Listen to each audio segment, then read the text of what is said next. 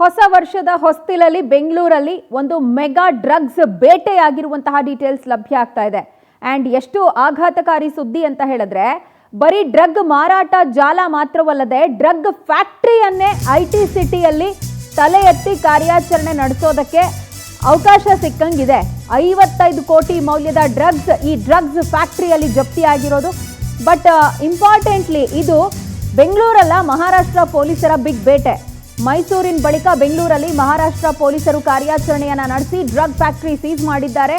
4 ಬಂಧಿಸಿದ್ದಾರೆ ಮಹಾರಾಷ್ಟ್ರದ ಪೊಲೀಸರು ಅನ್ನುವಂತಹ ಡೀಟೇಲ್ಸ್ ಲಭ್ಯ ಆಗ್ತಾ ಇದೆ. ಹೊಸ ವರ್ಷದ ಹೊಸ್ತಿಲಲ್ಲಿ ಈ ಡ್ರಗ್ಸ್ ಫ್ಯಾಕ್ಟರಿಯನ್ನ ಬೇಟೆಯಾಡಿದ್ದಾರೆ ಮಹಾರಾಷ್ಟ್ರದ ಪೊಲೀಸರು. ಬೆಂಗಳೂರಲ್ಲಿ ಯಥೇಚ್ಛವಾಗಿ ಡ್ರಗ್ಸ್ ಲಭ್ಯ ಆಗೋದಕ್ಕೆ ಇಂತಹ ಅಕ್ರಮ ಫ್ಯಾಕ್ಟರಿಗಳು ಬಹಳ ದೊಡ್ಡ ಮಟ್ಟದಲ್ಲಿ ಪಾತ್ರವನ್ನು ವಹಿಸುತ್ತೆ. ಅದು ನ್ಯೂ ಇಯರ್ ಸಂದರ್ಭ ಅಂತ ಕೇಳಿದ್ರೆ ಯುವ ಜನತೆಯನ್ನ ನಶೆಯಲ್ಲಿ ತೇಲಿಸುವಂತಹ ಎಲ್ಲ ಸಿದ್ಧತೆಗಳು ಕೂಡ ಇಲ್ಲಿ ನಡೀತಿತ್ತು ಅನ್ನುವಂತಹ ಡೀಟೇಲ್ಸ್ ಇದೆ. ಸದ್ಯ 4 ಮಹಾರಾಷ್ಟ್ರದ ಪೊಲೀಸರು ಕಾರ್ಯಾಚರಣೆ ನಡೆಸಿ ಬಂಧಿಸಿದ್ದಾರೆ. ಅಂಡ್ ಇಲ್ಲಿ ಒಂದು ಪ್ರಶ್ನೆ ಕೂಡ ಹೇಳುತ್ತೆ, ಇಷ್ಟು ದೊಡ್ಡ ಮಟ್ಟದಲ್ಲಿ ಐಟಿ ಸಿಟಿಯಲ್ಲೇ ಡ್ರಗ್ ಫ್ಯಾಕ್ಟರಿ ಕಾರ್ಯನಿರ್ವಹಿಸ್ತಾ ಇದೆ ಅಂತ ಹೇಳಿದ್ರೆ ಅದರ ಗಮನ ಬೆಂಗಳೂರು ಪೊಲೀಸರಿಗೆ ಬರಲಿಲ್ವಾ? ಹಾಗಾದ್ರೆ ಡಿಸೆಂಬರ್ 21ಕ್ಕೆ ಮಹಾರಾಷ್ಟ್ರದಲ್ಲಿ 1.5 ಕೋಟಿ ರೂಪಾಯಿ ಮೌಲ್ಯದ ಡ್ರಗ್ಸ್ ಪತ್ತೆಯಾಗಿತ್ತು. ಈ ಸಂದರ್ಭ ಅಬ್ದುಲ್ ಖಾದಿರ್ ಶೇಖ್ ಎಂಬಾತನನ್ನ ಬಂಧಿಸಲಾಗಿತ್ತು. ಆತ ಕೊಟ್ಟ ಸುಳಿವನ್ನ ಆಧರಿಸಿ ಬೆಂಗಳೂರಲ್ಲಿ ಬೆಳಗಾವಿ ಮೂಲದ ಪ್ರಶಾಂತ್ ಯಲ್ಲಪ್ಪ ಪಾಟೀಲ್ನನ್ನ ಅರೆಸ್ಟ್ ಮಾಡಲಾಗಿದೆ. ಒಂದಲ್ಲ ಎರಡಲ್ಲ 3 ಡ್ರಗ್ಸ್ ಫ್ಯಾಕ್ಟರಿಗಳು ಬೆಂಗಳೂರಲ್ಲಿ ಪತ್ತೆಯಾಗಿರೋದು. ಪ್ರಶಾಂತ್ ಪಾಟೀಲ್ ಬೆಂಡೆತ್ತಿದ್ರು ಮಹಾರಾಷ್ಟ್ರ ಪೊಲೀಸರು. ಆವಾಗ ಈ ಡ್ರಗ್ಸ್ ಫ್ಯಾಕ್ಟರಿಯ ಮಾಹಿತಿಯನ್ನ ಆತ ಕಕ್ಕಿದ್ದಾನೆ.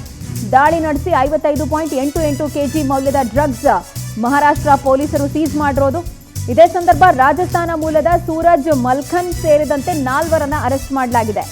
ಮಹಾರಾಷ್ಟ್ರ ಪೊಲೀಸರು ಇಷ್ಟು ದೊಡ್ಡ ಮಟ್ಟದಲ್ಲಿ ಐಟಿ ಸಿಟಿಗೆ ಬಂದು ಬೇಟೆಯಾಡ್ತಾರೆ, ಇಂಥದ್ದೊಂದು ಡ್ರಗ್ ಜಾಲವನ್ನ ಫ್ಯಾಕ್ಟರಿಯನ್ನ ಪತ್ತೆ ಹಚ್ತಾರೆ ಅಂತ ಹೇಳಿದ್ರೆ ಬೆಂಗಳೂರಿನ ಪೊಲೀಸರು ಏನ್ ಮಾಡ್ತಿದ್ದಾರೆ? ಹಾಗಾದ್ರೆ ರೀಕಾಲ್ ಮಾಡ್ಕೊಳ್ಬಹುದು, ಕಳೆದ ಜುಲೈನಲ್ಲಿ ಮೈಸೂರಲ್ಲಿ ಡ್ರಗ್ಸ್ ಫ್ಯಾಕ್ಟರಿಯನ್ನ ಪತ್ತೆ ಹಚ್ಚಿದ್ರು ಮಹಾರಾಷ್ಟ್ರದ ಪೊಲೀಸರು.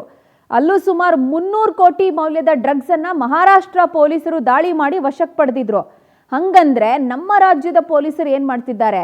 ಐಟಿ ಸಿಟಿ ಬೆಂಗಳೂರಲ್ಲಿ ಕಠಿಣ ಕ್ರಮಗಳನ್ನು ತೆಗೆದುಕೊಳ್ತೀವಿ, ನ್ಯೂ ಇಯರ್ ಟೈಮು ನಾವು ಸ್ಟ್ರಿಕ್ಟ್ ಆಕ್ಷನ್ಸ್ ತರ್ತಾ ಇದ್ದೀವಿ ಅನ್ನುವಂಥ ಮಾತುಗಳನ್ನ ಹೇಳುವ ಬೆಂಗಳೂರು ಪೊಲೀಸರಿಗೆ ಈ ಡ್ರಗ್ಸ್ ಫ್ಯಾಕ್ಟರಿ ಏನು ಕಾರ್ಯನಿರ್ವಹಿಸ್ತಾ ಇದೆಯಲ್ಲ ಇದು ಗಮನಕ್ಕೆ ಬರಲಿಲ್ವಾ?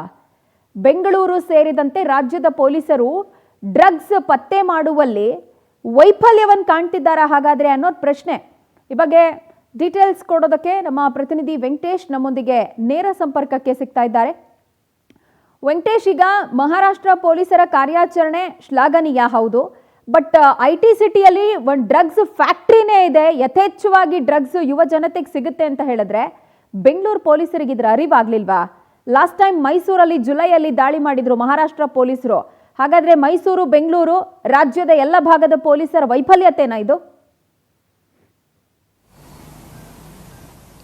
ಪ್ರಜ್ವಲ, ಹೌದು. ಏನಂತ ಹೇಳಿದ್ರೆ ಈ ಸ್ಥಳೀಯವಾಗಿ ಪೊಲೀಸರು ಒಂದು ಕನ್ಸ್ಯೂಮರ್ಗಳನ್ನ ಮತ್ತು ವಿದೇಶಿ ಪ್ರಜೆಗಳ ಏನು ಒಂದು ಗಾಂಜಾವನ್ನು ಸಪ್ಲೈ ಮಾಡ್ತಾ ಇದ್ದಾರೆ ಅನ್ನುವಂಥ ಆರೋಪದ ಮೇಲೆ ಅವ್ರನ್ನ ಬಂಧಿಸಿ ವಿಚಾರಣೆನ ಮಾಡ್ತಾರೆ, ಜೊತೆಗೆ ಜೈಲಿಗೆ ಹಾಕ್ತಾರೆ. ಎಲ್ಲವೂ ಆಯಿತು. ಮತ್ತು ಈ ಡ್ರಗ್ಸ್ ಮುಕ್ತ ರಾಜ್ಯವನ್ನು ಮಾಡಬೇಕಂತ ಹೇಳಿ ಸರ್ಕಾರ ಕೂಡ ಏನೋ ಒಂದು ಕಠಿಣ ಕ್ರಮವನ್ನು ತೆಗೆದುಕೊಳ್ಳುತ್ತೆ. ಕಾಲೇಜ್ ಸೇರಿದಂತೆ ಶಾಲೆಗಳಿಗೆ ತೆರಳಿ ಕೂಡ ಅಲ್ಲಿ ವಿದ್ಯಾರ್ಥಿಗಳಿಗೆ ಪಾಠವನ್ನು ಮಾಡ್ತಾರೆ, ಪ್ರವಚನವನ್ನು ಮಾಡ್ತಾರೆ, ಬೋಧನೆಗಳನ್ನು ಕೂಡ ಹೇಳ್ತಾರೆ.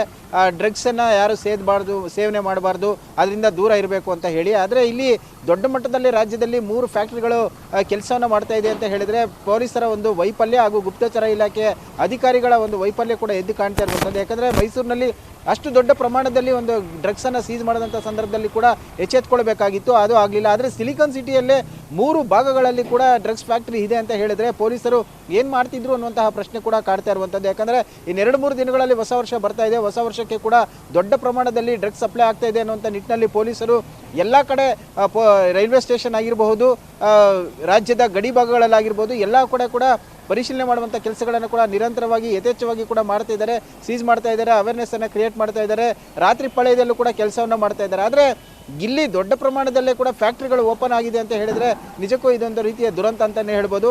ಮಹಾರಾಷ್ಟ್ರದಲ್ಲಿ ಕೂಡ ಪೊಲೀಸರು ಒಂದು ದಾಳಿಯನ್ನು ಮಾಡಿದಂಥ ಸಂದರ್ಭದಲ್ಲಿ ಆ ಒಬ್ಬ ಆರೋಪಿಯನ್ನು ವಶಕ್ಕೆ ಪಡಿತಾರೆ. ಆತನ ಒಂದು ಕಾಂಟ್ಯಾಕ್ಟ್ ಮೇಲೆ ಕರ್ನಾಟಕದಲ್ಲೂ ಕೂಡ ಡ್ರಗ್ಸ್ ಸಪ್ಲೈ ಆಗ್ತಿದೆ ಅನ್ನೋಂಥದ್ದು ಕೂಡ ಗೊತ್ತಾಗುತ್ತೆ. ಆಗ ಈ ಬೆಳಗಾವಿ ಮೂಲದ ಯಲ್ಲಪ್ಪ ಪ್ರಶಾಂತ್ ಪಾಟೀಲ್ ಏನಿದ್ದಾನೆ ಆತನನ್ನು ವಶಕ್ಕೆ ಪಡೆದಂಥ ಸಂದರ್ಭದಲ್ಲಿ ರಾಜಸ್ಥಾನದ ಮೂಲದ ಇಬ್ಬರು ಏನು ರಮೇಶ್ ಕುಮಾರ್ ಯಾದವ್ ಮತ್ತು ಮಲ್ಕಾನ್ ಅನ್ನುವಂತಹ ವಿಷ್ಣವ್ ಏನಿದ್ದಾರೆ ಈ ಇಬ್ಬರನ್ನು ಕೂಡ ಅವರ ಒಂದು ಕಾಂಟ್ಯಾಕ್ಟ್ನಲ್ಲಿ ಇರುವಂಥದ್ದು ಕೂಡ ಗೊತ್ತಾಗುತ್ತೆ. ಅವರನ್ನು ವಶಕ್ಕೆ ಪಡೆದಂಥ ಸಂದರ್ಭದಲ್ಲಿ ಈ Horamavu Avalahalli police station limit ಸೇರಿದಂತೆ ಈ ಒಂದು ಬಾಗಲಗುಂಟೆ ಕೊತ್ನೂರು ಈ ಮೂರು ಭಾಗಗಳಲ್ಲೂ ಕೂಡ ದೊಡ್ಡ ಪ್ರಮಾಣದಲ್ಲಿ ಈ ಗಾಂಜಾವನ್ನು ಸಪ್ಲೈ ಮಾಡುವಂತಹದ್ದು ಮತ್ತು ಡ್ರಗ್ಸ್ಗಳನ್ನು ತಯಾರು ಮಾಡಿ ಬೇರೆ ಬೇರೆ ರಾಜ್ಯಗಳಿಗೂ ಕೂಡ ಸಪ್ಲೈ ಮಾಡುವಂತಹ ನಿಟ್ಟಿನಲ್ಲಿ ಕೂಡ ಕೆಲಸ ಮಾಡ್ತಾ ಇದ್ವು ಅಂತ ಹೇಳಿ ಗೊತ್ತಾಗಿದೆ. ಸದ್ಯ 55 ಕೋಟಿ ಪ್ರಮಾಣದಲ್ಲಿ ಈ ಒಂದು ಡ್ರಗ್ಸನ್ನು ಕೂಡ ಮಹಾರಾಷ್ಟ್ರದ ಒಂದು ಮಾದಕ ದ್ರವ್ಯ ನಿಗ್ರಹ ದಳ ಏನಿದೆ ಇವರು ಸೀಸ್ ಮಾಡಿರುವಂಥದ್ದು. ಸದ್ಯ ಇದುವರೆಗೂ ಕೂಡ ಪೊಲೀಸರಿಗೆ ಮಾಹಿತಿಯೇ ಇಲ್ವಾ ಅನ್ನುವಂತಹ ಪ್ರಶ್ನೆಗಳು ಕೂಡ ಕಾಡುವಂತಹದ್ದು.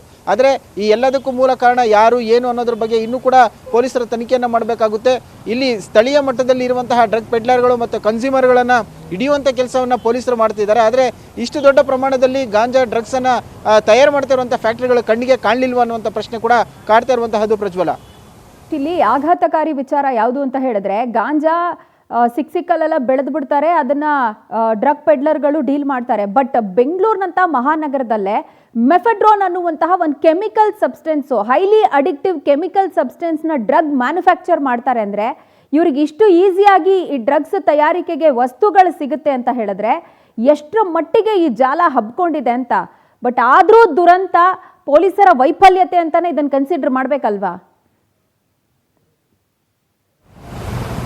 ಹೌದು ಪ್ರಜ್ವಲ್, ಯಾಕಂತೇಳಿದ್ರೆ ಒಂದು ಸ್ಥಳೀಯ ಪೊಲೀಸ್ ಠಾಣೆ ಮಟ್ಟಗಳಲ್ಲೂ ಕೂಡ ಪ್ರತಿಯೊಬ್ಬರು ಕೂಡ ಕರ್ತವ್ಯನ ಮಾಡ್ತಾ ಇರ್ತಾರೆ. ಅವರದೇ ಆದಂಥ ಒಂದು ಕಾಂಟ್ಯಾಕ್ಟ್ ಕೂಡ ಇರುತ್ತೆ. ಸಣ್ಣ ಪ್ರಮಾಣದಲ್ಲೂ ಕೂಡ ಏನಾದರೂ ಈ ಕನ್ಸ್ಯೂಮರ್ಗಳು ಸಿಕ್ಕರೆ ಅವ್ರನ್ನ ಕರ್ಕೊಂಡು ಬರುವಂಥ ಕೆಲಸವನ್ನು ಮಾಡ್ತಾರೆ. ಆದರೆ ಈ ರೀತಿಯಾದಂತಹ ಒಂದು ಡ್ರಗ್ಸನ್ನು ತಯಾರು ಮಾಡ್ತಾರೆ ಅಂದರೆ ಅದಕ್ಕೆ ಬೇಕಾದಂತಹ ಕಚ್ಚಾ ಪದಾರ್ಥಗಳಿರ್ಬೋದು ಎಲ್ಲವೂ ಕೂಡ ಎಲ್ಲಿ ಸಿಗುತ್ತೆ ಅನ್ನೋದ್ರ ಬಗ್ಗೆ ಕೂಡ ಎಲ್ಲವೂ ಕೂಡ ಗೊತ್ತಿರುತ್ತೆ. ಅದನ್ನು ಎಲ್ಲಿಂದ ಸಪ್ಲೈ ಮಾಡ್ತಾರೆ ಅನ್ನೋದ್ರ ಬಗ್ಗೆ. ಆದರೆ ಆ ಒಂದು ಸ್ಟೇಷನ್ ಲಿಮಿಟ್ಸ್ಗಳಲ್ಲಿ ಈ ರೀತಿಯಾದಂಥ ಒಂದು ಫ್ಯಾಕ್ಟ್ರಿಗಳು ಇದ್ರೂ ಕೂಡ ಯಾಕೆ ಇವರಿಗೆ ಮಾಹಿತಿ ಇರಲಿಲ್ವಾ ಅಥವಾ ಅವ್ರಿಗೆ ಗೊತ್ತಿದ್ರು ಸುಮ್ಮನೆ ಇದ್ರ ಅನ್ನುವಂಥ ಪ್ರಶ್ನೆ ಕೂಡ ಕಾಡುವಂಥದ್ದು ನಿಜಕ್ಕೂ ಇಲ್ಲಿ ಗೊತ್ತಾಗಬೇಕಾಗಿರುವಂಥದ್ದು. ಯಾಕಂದರೆ ಆ ಒಂದು ನಿಟ್ಟಿನಲ್ಲಿ ಕೂಡ ಹಿರಿಯ ಅಧಿಕಾರಿಗಳು ಅವರು ಕಠಿಣ ಕ್ರಮವನ್ನು ತೆಗೆದುಕೊಳ್ಬೇಕು, ಮಾಹಿತಿಯನ್ನು ಕಲೆ ಹಾಕಬೇಕು. ಮಹಾರಾಷ್ಟ್ರದ ಪೊಲೀಸರು ಬಂದು ಬೆಂಗಳೂರಿನಂಥ ಸಿಟಿಗಳಲ್ಲಿ ಈ ರೀತಿಯಾದಂಥ ಒಂದು ದೊಡ್ಡ ಪ್ರಮಾಣದಲ್ಲಿ ಡ್ರಗ್ಸನ್ನು ಸೀಸ್ ಮಾಡ್ತಾರೆ ಅಂತ ಹೇಳಿದರೆ ಪೊಲೀಸರು ಏನು ಮಾಡ್ತಿದ್ದಾರೆ ಅನ್ನುವಂಥ ಪ್ರಶ್ನೆ ಕೂಡ ಕಾಡುವಂಥದ್ದು ಸಹಜ. ಯಾಕಂದರೆ ನಾಳೆ ದಿನ ಸಾರ್ವಜನಿಕರಾಗಿರ್ಬೋದು, ಕಾಲೇಜು ವಿದ್ಯಾರ್ಥಿಗಳಾಗಿರ್ಬೋದು ಪ್ರಶ್ನೆ ಮಾಡಬಹುದು, ಡ್ರಗ್ಸನ್ನು ಸೇವನೆ ಮಾಡಬೇಡಿ, ಆರೋಗ್ಯವನ್ನು ಕಾಪಾಡ್ಕೊಳ್ಳಿ ಅಂತ ಹೇಳ್ತಾರೆ, ಪ್ರವಚನವನ್ನು ಕೊಡ್ತಾರೆ. ಆದರೆ ಇಷ್ಟು ದೊಡ್ಡ ಪ್ರಮಾಣದಲ್ಲಿ ಆಗ್ತಾ ಇರುವಂಥದ್ದನ್ನು ಯಾಕೆ ನಿಮಗೆ ಗೊತ್ತಾಗಲಿಲ್ವಾ, ಅದನ್ನು ತಡೆಗಟ್ಟಕ್ಕೆ ವಿಫಲ ಆಗ್ತಾ ಅನ್ನೋಂಥ ಪ್ರಶ್ನೆಗಳು ಕೂಡ ಕೇಳ್ಬೋದು. ಆದರೆ ಈಗ ಪೊಲೀಸ್ ಇಲಾಖೆ ಇದಕ್ಕೆ ಏನು ಉತ್ತರ ಕೊಡುತ್ತೆ ಅನ್ನೋದನ್ನು ಕೂಡ ನೋಡಬೇಕು Prajwala. Fine Venkatesh, thank you ತಮ್ಮಲ್ಲ ಡೀಟೇಲ್ಸ್ಗೆ.